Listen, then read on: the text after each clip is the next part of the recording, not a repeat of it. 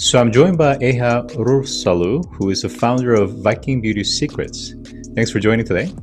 Thank you. Thank you for inviting. All right, so you have a very interesting background and a story where you grew up in Estonia when it was still part of the former Soviet Union era. Can you share a little bit about that? Yes. So when I was born, Estonia was part of Soviet Union. And the funny thing is that growing up, being so young, I wasn't really think about what it meant. Meaning when you're so, as a child growing up, we didn't dream about the free speech and leaving and getting to America. Really, it wasn't part of my plan. I was focused on music studies. I was in a specialist music school.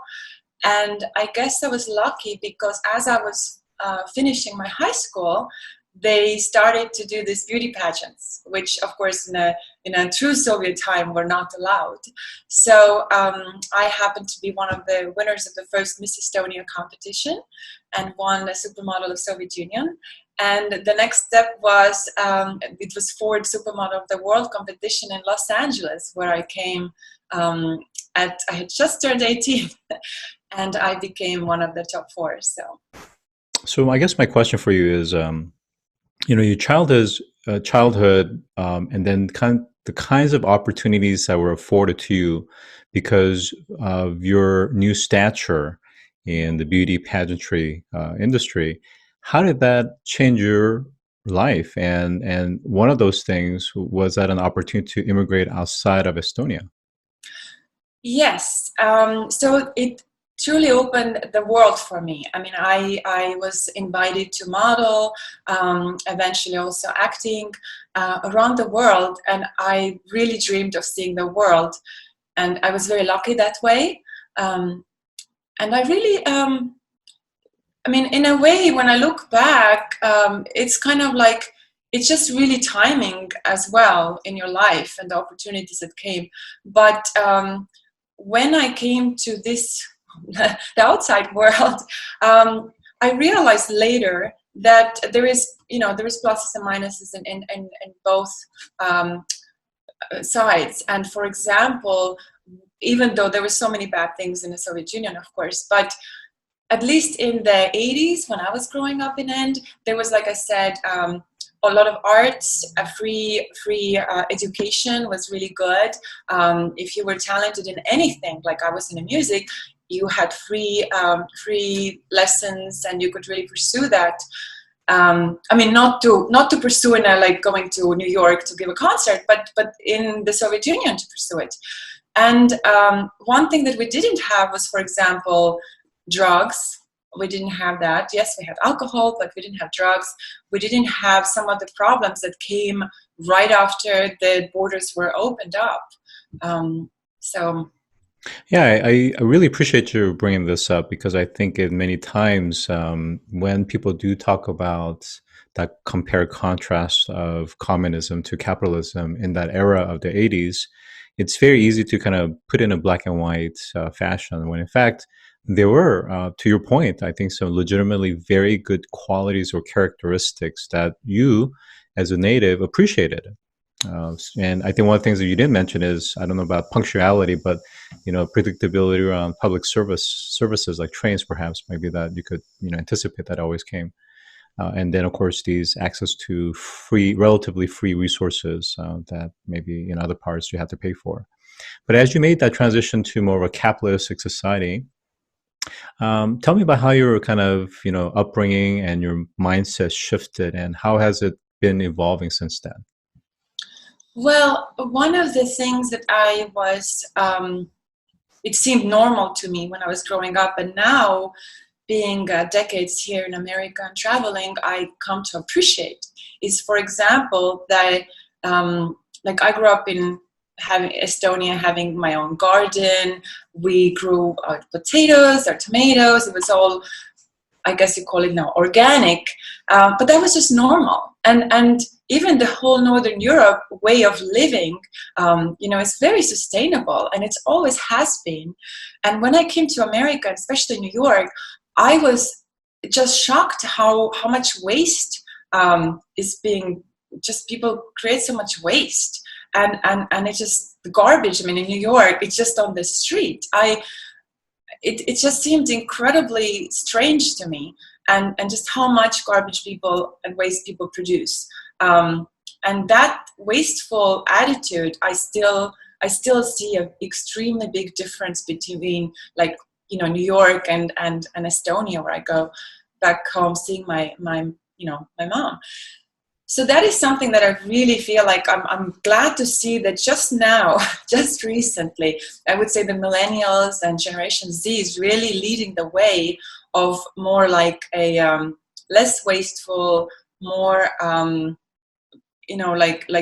appreciating the, you could call it save the planet or whatever you call it, but it is something that is really, I see the good movement. And we, with my company, Viking Beauty Secrets, we really, really are in that very much of sustainability. Yeah, it's interesting to think about the kind of the generational divide, and what was the impetus in terms of the post-industrial revolution, where to your point, your experience around your home garden, as an example, was very much true for most of the world until the post-industrial revolution, when things needed to be produced on a large scale and same set of units or widgets, which meant that things needed to be processed more chemically in a lab and a factory setting, and there were externalities that were being created as a result of it. So in terms of waste and sustainability issues, that's something that seems like it's fairly dear and to your heart. And how did that transition to you creating your own beauty line called Viking Beauty Secrets? Well, so when I grew up, I used a lot of these natural products, local berries, and all this natural in both as a food component as well as in a skincare. We used a lot of local products. And when I started to travel and be in Los Angeles and New York and all these great places, I realized that my skin started to break out. I literally made it, like, saw a difference between spending time in Northern Europe and like in New York or Los Angeles. And after a while, I started looking into it, and I was very shocked to learn how many chemicals have been used and are still being used in America, not only in food, but also in skincare. So for example, when European Union has banned 1,300 chemicals from skincare, America has only banned 30, right? It is incredible. So that was part of the reason why I wanted to bring these Nordic natural ingredients to United States. So. Yeah, we've had on one of our shows, we have a number of shows. We had experts that focuses on acne, focuses on beauty products, and some of their general best practices is really to use less products on your face. Ultimately, it comes down to, especially your face as an example, when it comes to acne, there are some good types of bacteria and there are some bad types of bacteria. And it's about feeding the good bacteria versus eliminating the bad bacteria versus just, the kinds of creams that we put on that just wipes out everything. So less in some ways is actually better. And to your point, these chemicals are very much manufactured, and they are purity issues. They are have in some cases toxicity issues, and of course it also affects the quality and your ability of your skin to absorb and retain water and moisture, as an example. So how is your product line different? What makes it organic? What makes it natural? What are you doing do you bring in some best practices from the Nordic side? So it starts, of course, with ingredients. We only use the finest Northern European ingredients, but it also, I went extra step with it and made sure that our products are certified organic. Because what happens is that these days, especially, these words of like clean beauty, green, all of this stuff is actually, they're fancy words, it sounds good, but unless you have something to prove, like a certification, just like a USDA does the food certification, then people use, other skincare companies, they use these words very kind of randomly. And for example, when we're certified organic, we have to put every single ingredient in our box. On our box, everything is written because it's just the rules. versus if you're not certified and you don't have regulations, you can choose to put, maybe 10 best ingredients and then kind of leave out some of them. And so I really kind of feel like, see, that's kind of something that makes the consumer feel confident, right?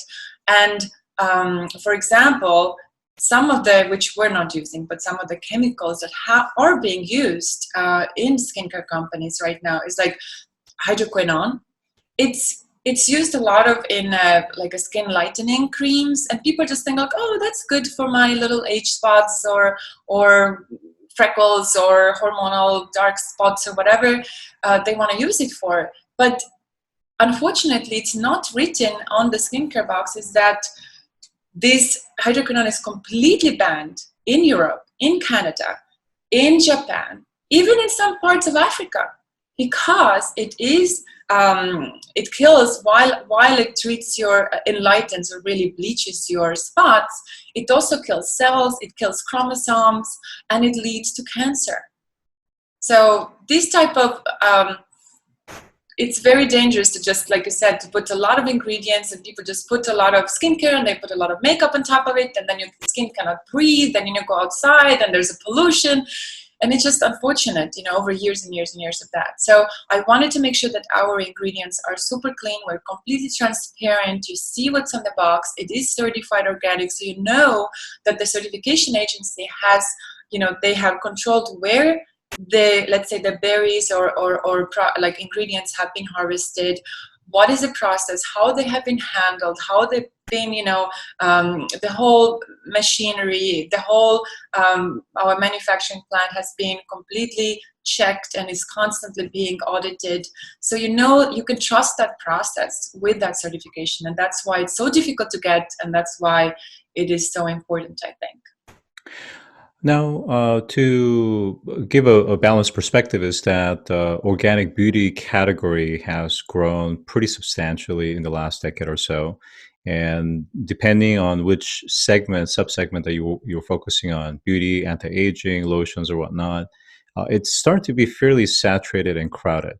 And being certified and being organic and being natural these days is really not sufficient enough of a competitive differentiator.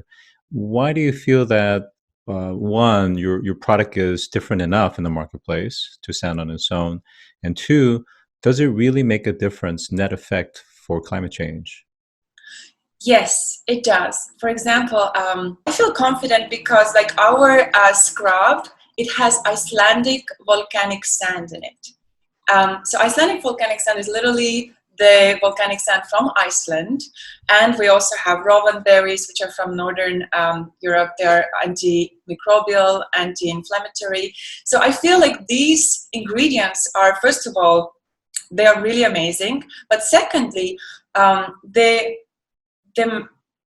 Icelandic volcanic sand, first of all, it helps to draw out impurities from your skin. But more importantly for environment, it can go straight from your drain, end up back in the ocean. It is completely sustainable. In comparison, a lot of the scrubs today in America are still using plastic microbeads. Now, plastic microbeads, we know, they go through the drain, they end up in the ocean, the fish, they eat it. I mean, it completely pollutes the environment in the ocean, and, not to mention that humans end up eating some of it back. But it's such a small, it's not that difficult to be using organic and natural ingredients. So I really don't know why the skincare companies are not doing it more. But I'm glad to see that some other also smaller indie beauty companies are aiming to offer natural and sustainable skincare. So. Yeah, I think in past interviews, I had brought up the research that shows that a lot of the microplastics that eventually ends up in the oceans actually sometimes originate from machine washing. And when we do our laundries, and a lot of these petroleum derivatives, or things like nylon and things of that nature, those small little elements that becomes microscopic are the things that's just floating around. And we've had Discovery and other types of world adventurers where they have traveled to the most remote parts of the world and they still find microplastics. And as to your point, these microbeads, as an example, is a perfect example of the kinds of things that can easily just travel and be perpetually there in the ecosystem. And the harm is just, we're talking centuries and millenniums in terms of the effects of that. So Yes. placing these artificial man-made things with things that's natural, like the volcanic sand, is a good step. Um, Yes, for example, we also have one of our main ambassadors of Viking Beauty, and she's also a partner in a company, Merla Levand. So she is our kind of leader of cleaning the oceans. And for example, just in November, she did a Guinness Book World Record in swimming 10 kilometers in a mermaid tail without using her arms to bring awareness to the microplastics in the ocean. So it's a very dear cause for us. Now, practically speaking, I think one of the issues that we face when it comes to organic and natural, truly natural products is that it's around efficacy. So, especially things like anti-aging, for instance, women and men that are using it want to make sure that it's as good as the synthetic ones. And I think that's something that is still yet to be seen. What's your if you had to opine in terms of how is the market receiving in terms of around comparison relative to artificial substitutes, how is the consumer market responding?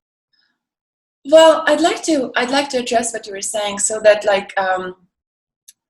so you see, people want to see the results right away. Like, for example, if somebody says, "Oh, I want to see my skin tighten right now for this, I don't know, for this date I'm going," right?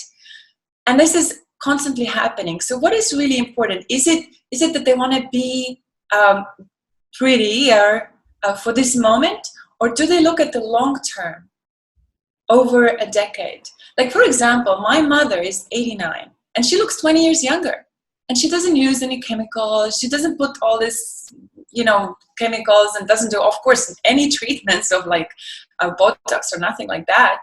And she looks absolutely beautiful. Now, I am 48 and people tell me that I look much younger. But it's not because I use chemicals. I think that using natural products over time actually gives you much more benefit. Perhaps not immediately. You don't see the immediate. If you put a natural cream or organic cream and then you compare it with some super chemical, maybe the instant lift is not there. But over a few months, over years, it's a huge difference. That that argument is somewhat like financial planning, where uh, I think people understand the logic and the soundness of long-term planning, but when it comes down to it, it's something that they tend to try and stay away from as long as they can. That goes for estate planning as well. So especially for younger people, where one of the biggest damages to our skin and our bodies really is the sun. When they actually go and sun worship, they're literally damaging their cells permanently. And it's no amount of products is going to heal that or reverse the aging from just burning in the sun. So to your point, I think it long term is valid. The question is, can you really change consumer behavior? I think we are moving to that direction, though. I'm really glad to see that, like I mentioned, millennials, Generation Z, they're really moving towards the natural. They care about organic. They even like the idea of organic products, both in skincare, both in food, and these two really come together. When I talk about skincare, it is not only what we put on our skin, which is our largest organ, but also how the whole wellness of what we eat. Not to use chemicals in a food products as well. And I think I see them really caring about it. I'm glad to see that. So how can the listeners and viewers learn more about your product? Well, our website is vikingbeauty.com, and our Instagram is Viking Beauty Secrets. So today we've been joined by Eha Urbsalu, founder of Viking Beauty Secrets. Thank you for joining today. Thank you.